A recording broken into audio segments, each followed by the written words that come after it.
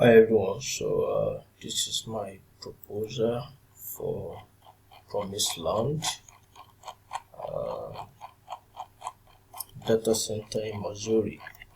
So we are creating a deployment proposal for Promised Land data center in Missouri, and this is my table of contents here. You can see here this is my section 1, which is the server role, and we are working based on the requirement of the data center we wanted to create. We want it to be a data center, and the server we are going to be deploying is a file server in collaboration with backup server and security and authentication server. So those are the three servers that we are going to be using, and the first is majorly for the file, the application, and all the information that the user and so many things will be in the file server.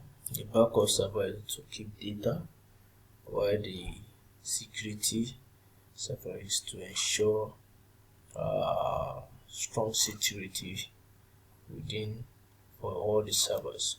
So we're going to be using AWS instances to deploy. That is the platform we'll be using to deploy our servers. And why we're using AWS is because of it's an open source and robust permission and user management. So there are so many things that it can give.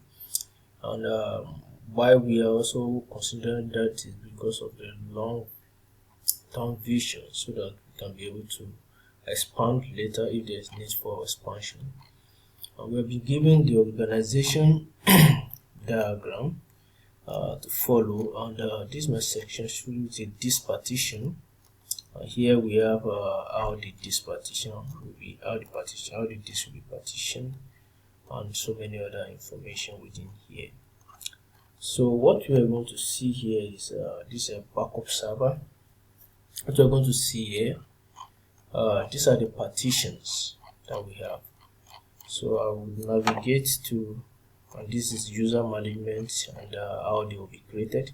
Let me just navigate to this is my instances that I've created, and you can see they're already running. The file server, backup server, and network server.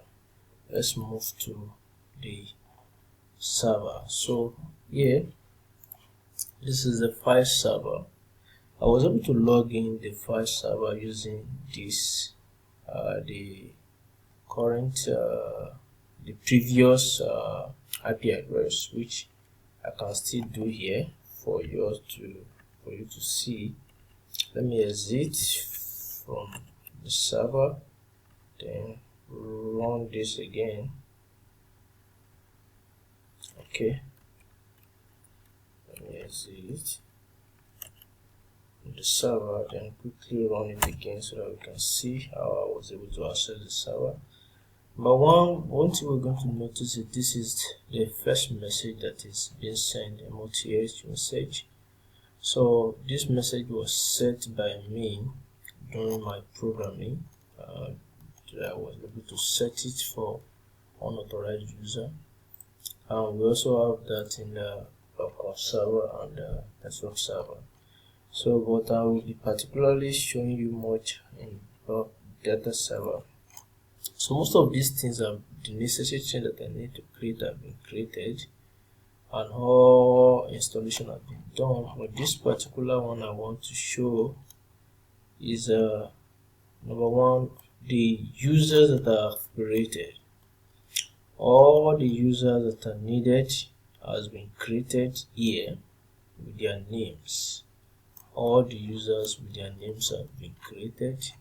You can see some of them here according to the organization unit, and if you go down, you're going to see that this is where I pair each user and their groups. You can see the group they belong.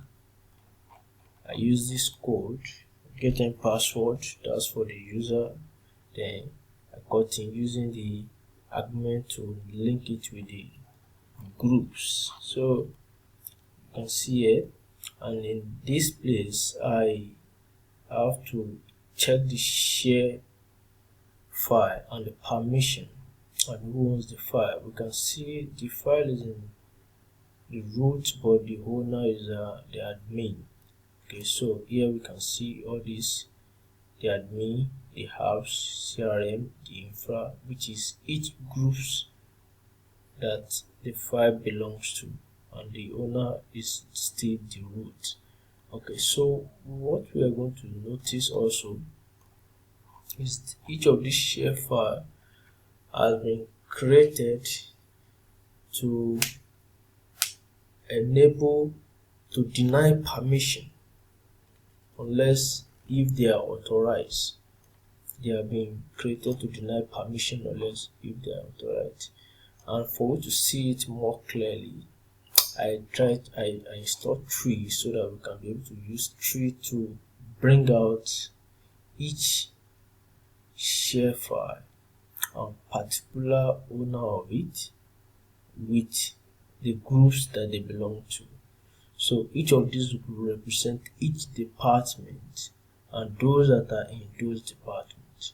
So I would like us to walk through how these things were done. Starting from the installation, I install all the packages that are needed. Firstly, I change the host name. You can see here, I install all the packages that are needed. So after my installation, these are the packages it's installing. Okay. So I install the curl, vim, tor, git, and unzip.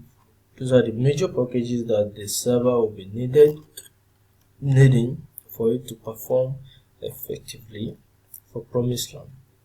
I also create a admin group and I add the Ubuntu to the group. And one thing here is I have to install unattended upgrade and apt list changes.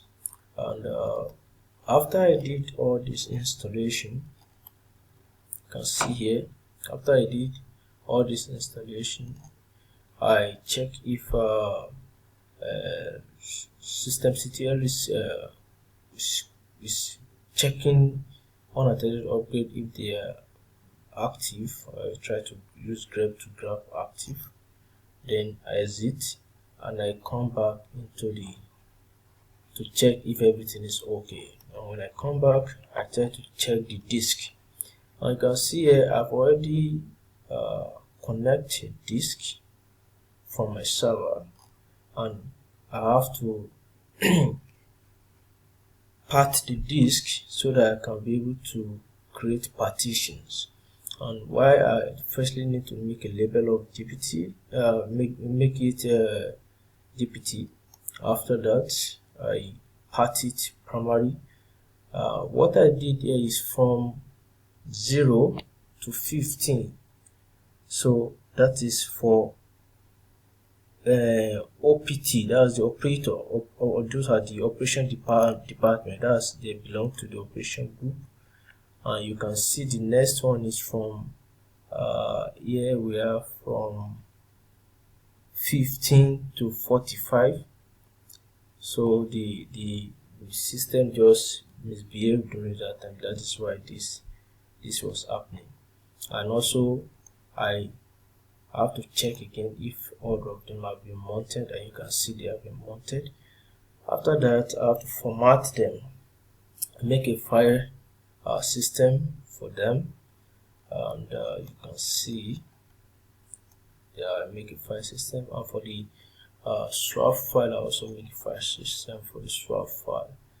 And most of the things that I check here, most of the things I loaded here is to make a directory where we are going to number one, where we are going to mount. After we make it directly, you can see I make it directly. I mount each of these disks into the directory, so they have a mount point. So those are the things I did, okay, to ensure things are good with the disk partition. Alright, so you can I was able to also check Okay, I was able to also check after login. I was able to create a batch file. Why I create a batch file to be able to create my users and group was I feel is very easy because I also use the same batch file for my backup server. So I created a batch file which is create user groups.html, which is what I use for my backup server as well. So, and I was easily able to do all create my users and group, and also create my partition. Alright, so here I install Discourse. I find it so wonderful. Discourse, I installed Discourse. There are so many things that I've done to make this thing work very well. I installed Discourse, and I was able to check the disk usage and memories and some other information. And I also install mods so that I can be able to send mail from the terminal. I was able to install mods for the users that will need to send mail from the terminal. So that is one of the things I will do, and I was able to check here. I link the backup server, okay, to the file server. I was able to link it, and from network server I was able to create a client to be able for network server to be able to for file server to be able to access and connect directly with network server, so network server can access the file users and group from the file server. Thank you. Those are the things I did.